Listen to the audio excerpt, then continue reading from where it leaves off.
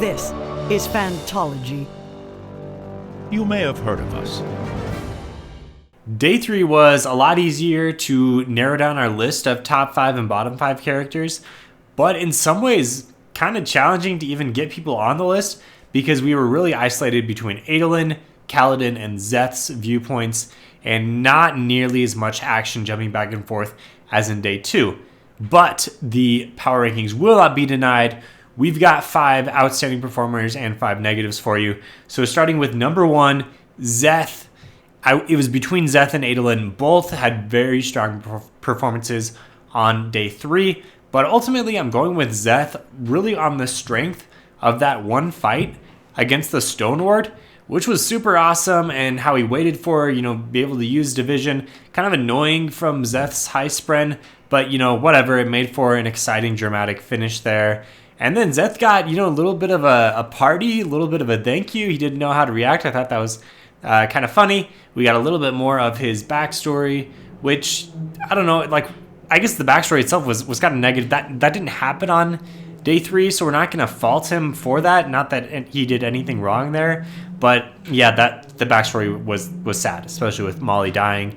And I think we'll see that on the bottom rankings. Number 2, Adolin. I don't think anyone's really going to argue with that. The only reason he's not number 1 was he kind of put the wrong foot forward at first with the Commandant, but ultimately he had the right strategy. He knew that it was a Stuku stem, unlike the silly Azish, and he was able to react and get in there. The Azish did do, better than he was anticipating, but I think this is a strong start to the fight from Adolin.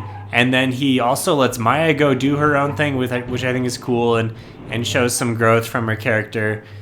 Really liked Adolin in this part, and I'm expecting a lot of kind of hero time from him during this whole interesting inverted siege that's going on. Number 3, we'll go with Maya for her performance as a blade under Adolin's control, and then for her volition to go after the Sea of Beads to try to get the honor spren to join up. Well, I have no idea how this is going to go, but props for her for, taking on a little bit of independence. I'm excited to see her solo adventure. And then she also got a little bit of a celebration herself at letting all the other soldiers carry her around. I thought, maybe a little cheesy, but also just kind of fun. Number 4, May Aladar for getting her own command. Honestly, besides Szeth and Adolin, there weren't a lot of really high performers, so we'll go here because I think she had a pretty good day for herself, getting to lead the archers, and I assume that she'll be involved as it goes on here. New character,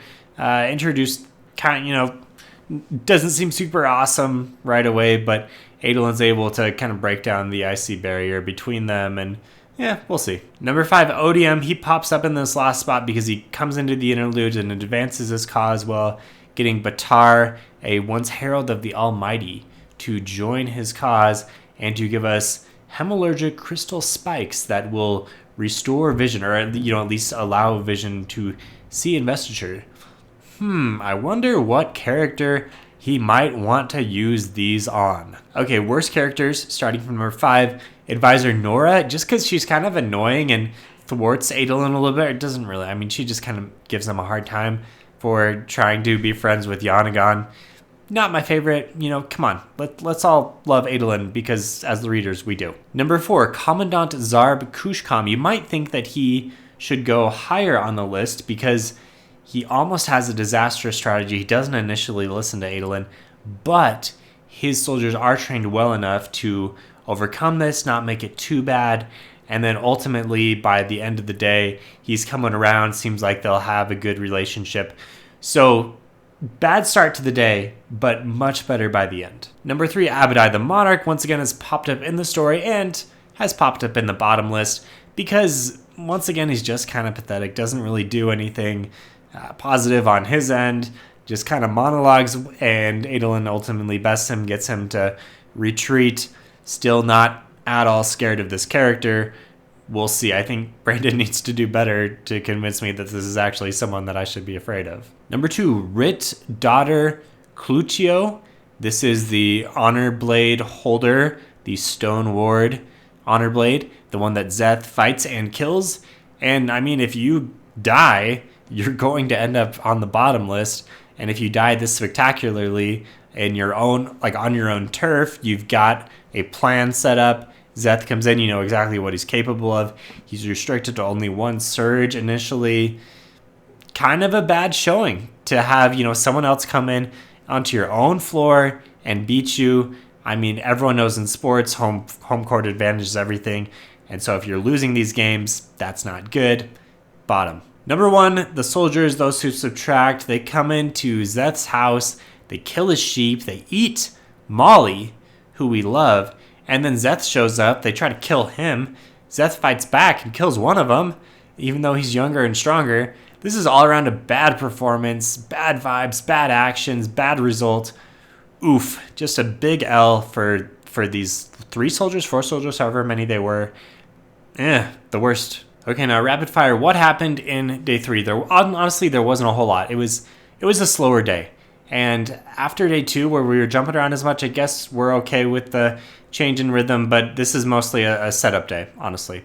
So again, we set up the defense of the dome, and it seemed like kind of a slow start because it started off by saying like, we're going to be attacked in an hour, and then we're chatting. I don't know. I feel like I would have a little bit more... I would be freaked out. Maybe Adolin has done enough of this where he's calm and he's able to handle this, but an hour is not a long time, and I would be a little more concerned. Kaladin and Szeth have some character stuff. Kaladin starts trying to do some therapy stuff with Szeth. It's not going super well. We get Szeth's backstory flashing around here, so we learn about Shin Society, which is kind of cultish and I'm not really loving. And then the subtractors come in and kill Molly, and Szeth goes back and kills one of them. And this is a rough start for Szeth. You feel really bad for him. You knew that his backstory was obviously tragic, but here's the beginning of it. We go back to Adolin with a tactics debate with Kushkam, and then Adolin's plate. There's this interesting moment where it seems like Adolin's plate is kind of waking up, like he's getting it a little more room in the helmet, and it seems like it's responding to him a little bit. Interesting, after Maya's waking up now, maybe the Spren. I don't know which Spren they are in this case. Someone help me with that in the comments, but these ones are also waking up. Then the first wave, the Stuko stem fighting happens. We're successful. It's a big win for Adolin's team. Szeth is also fighting the Stormward Rit at the same time. He gets access to Division, and then he kills Rit, and her body doesn't, there's no body, right? It's just smoke. And this is an apparition of the Unmade. It's also interesting that Rit is not using any Stormlight. She's just powering all of these super powerful Stormward surges by something. And we know that Honor Blades don't have the same efficiency in Stormlight as Radiant Order bonds. So interesting, something is clearly happening. And then Kaladin and Szeth chat, and they're going to do this pilgrimage quest, and that's going to be the next step in their storyline. And to end off, Szeth gets thanked, and he doesn't know what to do, and it's, kind of happy vibes. Adolin has this big win, and then he makes up with Kushkam, and it seems like they're going to be a team. He invites Yanagan to learn plate and towers, and Nora kind of says, don't do this, but it seems like he's going to.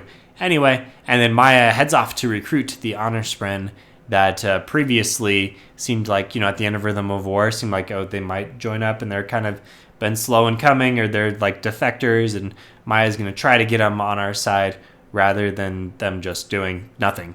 So we'll see. Honestly, it's kind of hard to understand how this is going to help right now, but, go Maya, good luck. And then the final bit, we get an interlude from Azamir that doesn't really seem super impactful, other than Ash and Talon are here. So we'll see. I don't know. Maybe we'll finally get them to do something. They haven't really done anything in the past few books other than exist.